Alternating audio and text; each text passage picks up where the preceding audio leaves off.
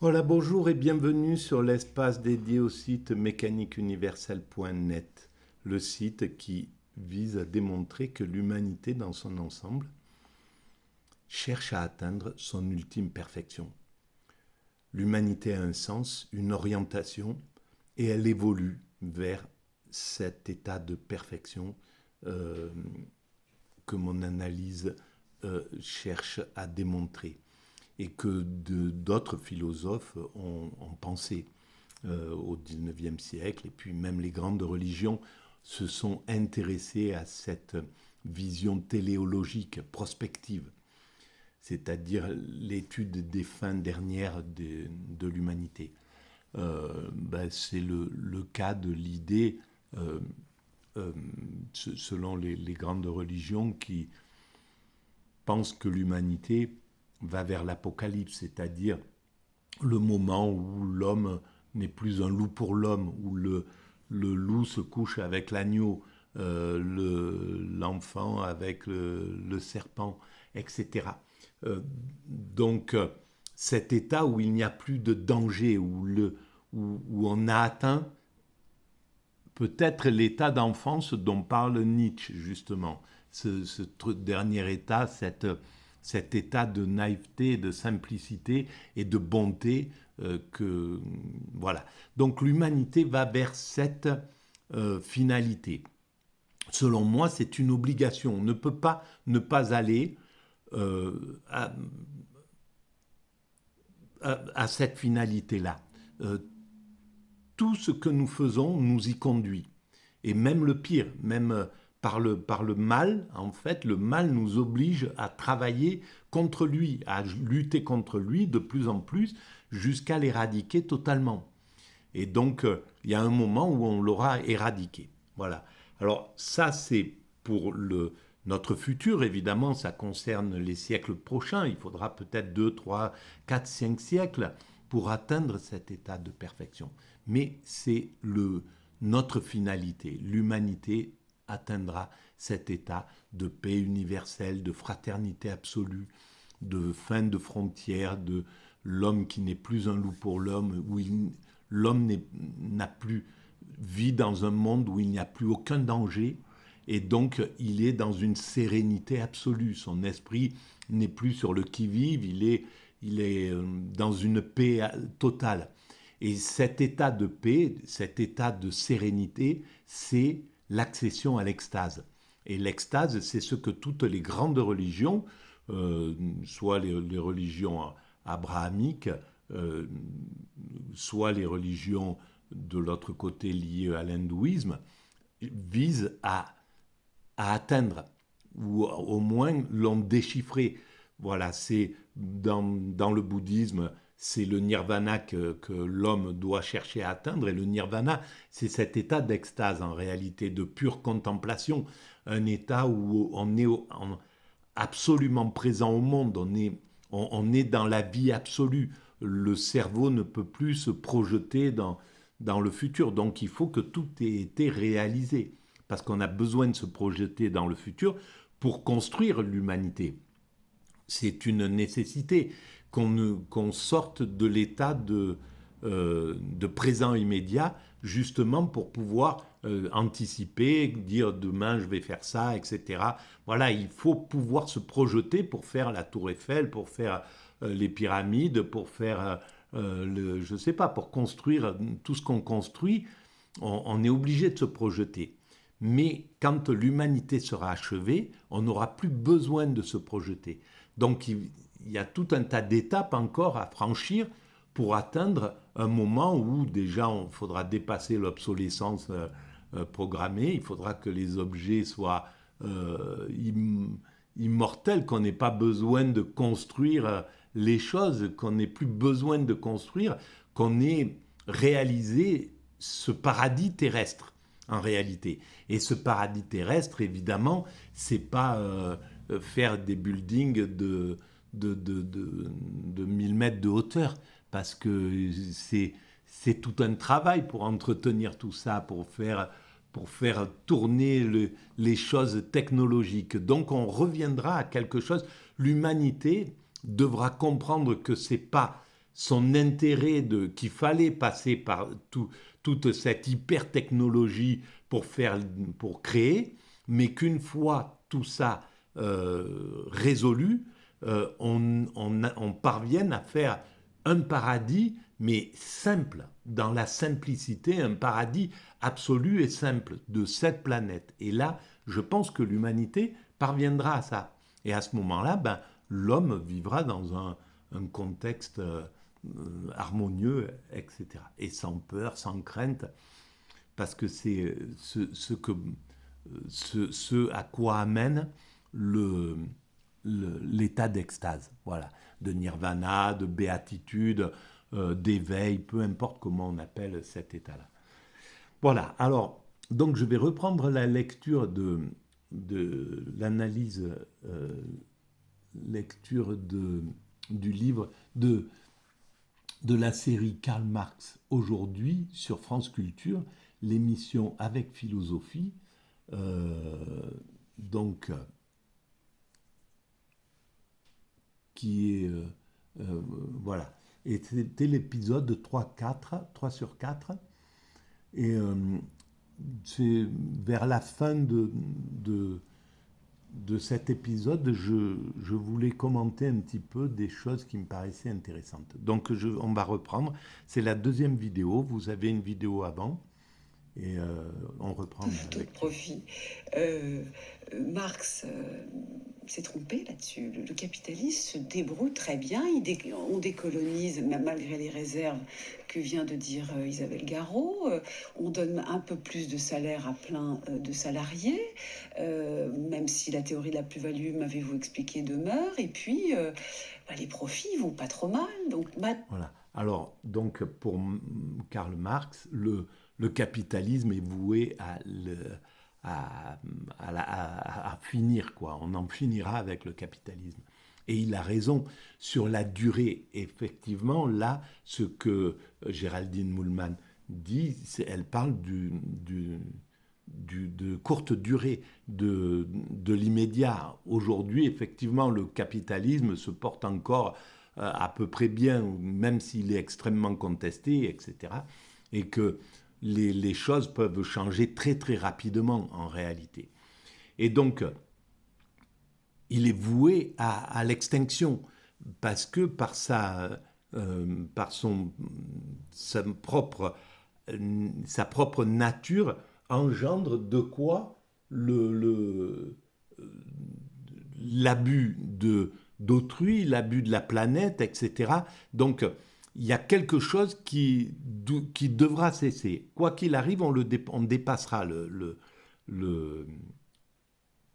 capitalisme. Mais elle reste sur une vision à court terme. Et donc, l'intérêt, c'est de se projeter quelques siècles, dans quelques siècles. On voit bien que dans quelques siècles, l'écologie aura pris le pouvoir sur la planète, parce que c'est une question de survie, c'est une question de... Et puis c'est notre évolution logique. Là, on va vers l'impact zéro. On va trouver progressivement tous les moyens techniques pour avoir un impact zéro sur la planète, pour pouvoir se nourrir sans avoir besoin de viande ni rien, etc., etc., sans avoir d'impact sur les forêts, sans avoir d'impact sur les océans, sans avoir d'impact sur les rivières, sans avoir d'impact sur la nature. On va vers ça. Alors il faudra encore peut-être un siècle, 2 siècles, 3 siècles, 4 siècles, peu importe. Mais l'humanité parviendra à un certain moment à l'impact zéro, à un total système écologique. malgré tout, dans le détail, Marx dit des choses justes, mais sur ce point majeur, il s'est trompé. Alors, il y a plusieurs points dans ce que vous évoquez. D'abord, sur le point le plus technique, qui est la dynamique des profits et de la rentabilité. Les marxistes, après Marx, ont donné beaucoup d'importance à ces quelques pages non publiées par Marx du livre 3 du Capital, qui prédisent une baisse tendancielle du taux de profit. il me semble, je suis certains interprètes comme un lecteur allemand très pointu du Capital qui s'appelle Michael Heinrich, qu'en fait Marx n'accordait pas tant d'importance à cette théorie que d'autres ont accordé après. Cependant, évidemment, il accordait beaucoup d'importance à la question de la dynamique à long terme du capitalisme et donc ce qu'on appelle les contradictions du capitalisme. Et c'est vrai, à mon avis, peut-être certains de mes collègues ne seront pas d'accord, que ce qui domine en tout cas le Capital, il y a d'autres textes qui vont dans d'autres sens, c'est une conception relativement téléologique de la dynamique du capitalisme. C'est-à-dire qu'il va vers une fin, c'est ça que ça veut dire, c'est-à-dire qu'il va inéluctablement vers une fin et vers sa fin et vers son dépassement. Bon, alors, à traiter le problème. Voilà, ben oui. Et donc, Marx avait compris. Mais à cette époque-là, au XIXe siècle, tout un tas de penseurs avaient une vision téléologique de l'évolution de l'humanité. C'était le cas de Saint-Simon et puis de beaucoup de penseurs de cette époque-là. Parce que le progrès promettait, était quelque chose de positif. Après, malheureusement, il y a eu... Le progrès s'est investi dans la guerre 14-18, il a fait des ravages. Les hommes ont utilisé le progrès en 39-40, etc. Et puis, le capitalisme est parti dans un délire, donc utilisant le progrès à mauvais escient, par certains côtés, pas par tous, mais par certains côtés. Donc, le progrès est devenu quelque chose de négatif. Au XIXe siècle, ce n'était pas le cas. Et le progrès va redevenir quelque chose de positif. Simplement, ça a été une période où les hommes ont utilisé le progrès de façon inconsciente. Quand on utilise le progrès de façon inconsciente, eh ben on peut l'utiliser pour abuser autrui. On peut l'utiliser sans empathie. Si un progrès sans empathie, c'est une catastrophe. Et sur la mécanique universelle, si vous allez sur le site mécaniqueuniverselle.net, il y a un chapitre que je consacre justement à ça,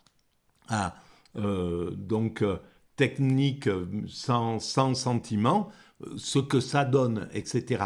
Donc, et là, on est en train de remettre de l'empathie dans l'humanité. On est en train de remettre de la conscience dans l'humanité, de comprendre que le progrès doit être positif pour l'humain.